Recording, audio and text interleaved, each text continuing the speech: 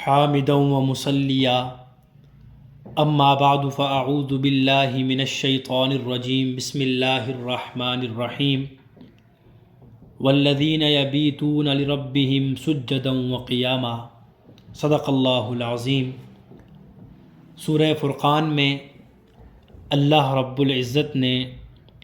عباد الرحمن کی جو صفات بیان فرمائی ہیں اللہ کے بندوں کی کہ اللہ کے بندے کون ہیں،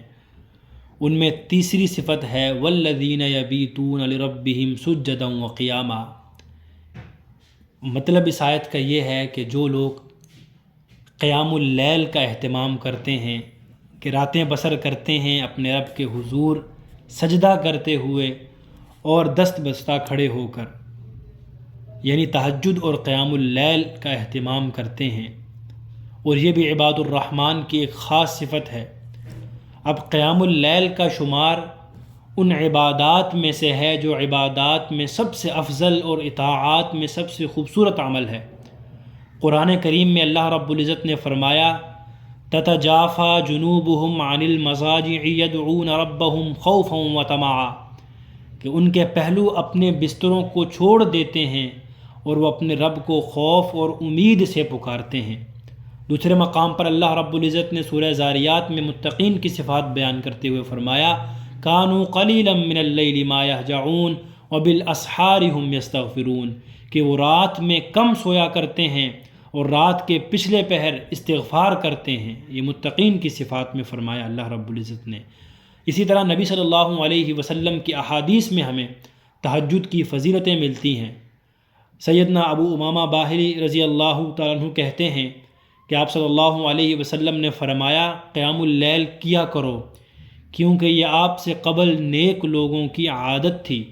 اور یہ قربت الہی اور برائیوں کا کفارہ ہے اور گناہوں کو مٹانے والی چیز ہے، کہ نیک لوگوں کی عادت تھی اور یہ اللہ کے قریب کرنے کا ذریعہ ہے، گناہوں کو مٹانے کا ذریعہ ہے۔ اسی طرح سیدنا ابو مالک اشعری رضی اللہ تعالیٰ عنہ فرماتے ہیں آپ صلی اللہ علیہ وسلم نے فرمایا جنت میں کچھ ایسے کمرے ہیں کہ ان کا ظاہر ان کے باطن سے اور ان کا باطن ان کے ظاہر سے نظر آتا ہوگا۔ اللہ رب العزت نے ان کو ایسے لوگوں کے لیے تیار کیا ہے جو نرم گفتگو کرتے ہیں اور لوگوں کو کھانا کھلاتے ہیں، کثرت سے نفلی روزے رکھتے ہیں اور نماز تہجد پڑھتے ہیں جب لوگ سو رہے ہوتے ہیں۔ لیکن کتنی بڑی فضیلت ہے قیام اللیل اور تہجد کی نماز پڑھنے کی۔ اسی طرح اس سے اگلی صفت اللہ رب العزت نے بیان فرمائی والذین یقولون ربنا اصرف عنا عذاب جہنم ان عذابها کان غراما۔ اس آیت کا ماقبل سے ربط یہ بنتا ہے کہ قیام اللیل کے نتیجے میں جو وہ تہجد پڑھتے ہیں، اس کے نتیجے میں جو ان کے دل سے دعا نکلتی ہے اور وہ زبان پر آتی ہے وہ یہ ہے کہ ربنا اصرف عنا عذاب جہنم، اے ہمارے رب جہنم کی سزا کو ہم سے دور کر دے۔ اس میں در حقیقت اس بات کی طرف اشارہ ہے، یہ سمجھنے والی چیز ہے کہ جہاں مخلوق کے سامنے وہ تواضع کرتے ہیں، اپنی نیکی پر فخر نہیں کرتے، اتراتے نہیں، گھمنڈ نہیں کرتے، ان کو فکر رہتی ہے کہ ہمارے اعمال کا کیا بنتا ہوگا، اعمال صالحہ کرنے کے باوجود بھی وہ خوف میں رہتے ہیں اللہ رب العزت کے عذاب سے، اور اللہ رب العزت کی رحمت کی امید رکھتے ہیں۔ سیدنا صدیق اکبر رضی اللہ تعالیٰ عنہ خلیفہ اول، خلیفہ بلا فصل، ان کی ایک عجیب کیفیت ہوتی تھی۔ وہ عجیب کیفیت کے عالم میں فرماتے تھے کاش میں گھاس کا تنا ہوتا جس کو جلا دیا جاتا، اس سے کوئی حساب کتاب نہ ہوتا، کاش میں درختوں پر چہچہانے والی چڑیا ہوتا جو چہچہاتی ہے پھر ختم ہو جاتی ہے، اس سے حساب کتاب نہیں ہوگا۔ اب اللہ رب العزت نے آگے فرمایا ان عذابہا کان غراما، کہ عذاب جہنم چمٹنے والا ہے، لاگو ہونے والا ہے، لاگو ہونے والی چیز ہے، اس سے کوئی چھٹکارا نہیں۔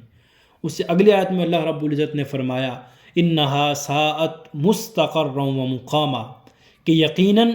وہ مستقر بھی بہت برا ہے جہنم۔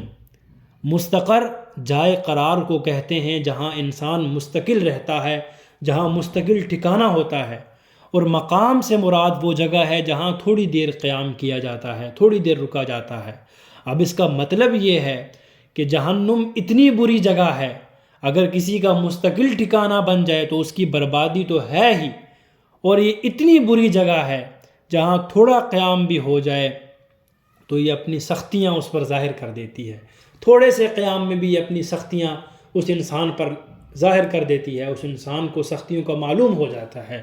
دعا ہے اللہ رب العزت سے کہ وہ ہمیں قیام اللیل یعنی تہجد کا اہتمام کرنے کی توفیق عطا فرمائے اور ہمیں عذاب جہنم سے محفوظ رکھے۔ وآخر دعوانا الحمد للہ رب العالمین۔